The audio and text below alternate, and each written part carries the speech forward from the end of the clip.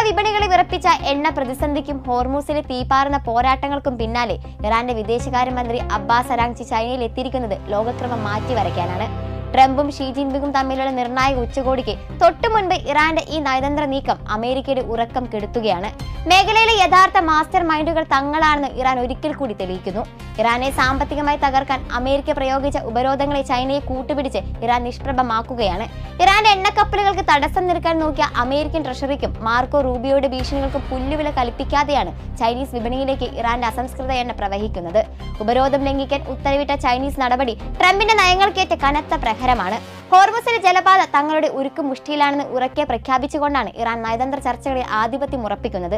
റഷ്യയിൽ പുടിനുമായി നടത്തിയ കൂടിക്കാഴ്ചയ്ക്ക് പിന്നാലെ അരാഗ്ചി ചൈനയിലെത്തിയത് വെറുമൊരു സന്ദർശനമല്ല, മറിച്ച് അമേരിക്കൻ വിരുദ്ധ ചേരിയുടെ കരുത്ത് പ്രകടമാക്കാനാണ്. റഷ്യയും ചൈനയും ഇറാനും ചേരുന്ന ഈ പുതിയ അച്ചുതണ്ട് ലോക ഭൂപടത്തിൽ അമേരിക്കയുടെ ഒറ്റപ്പെടലിന്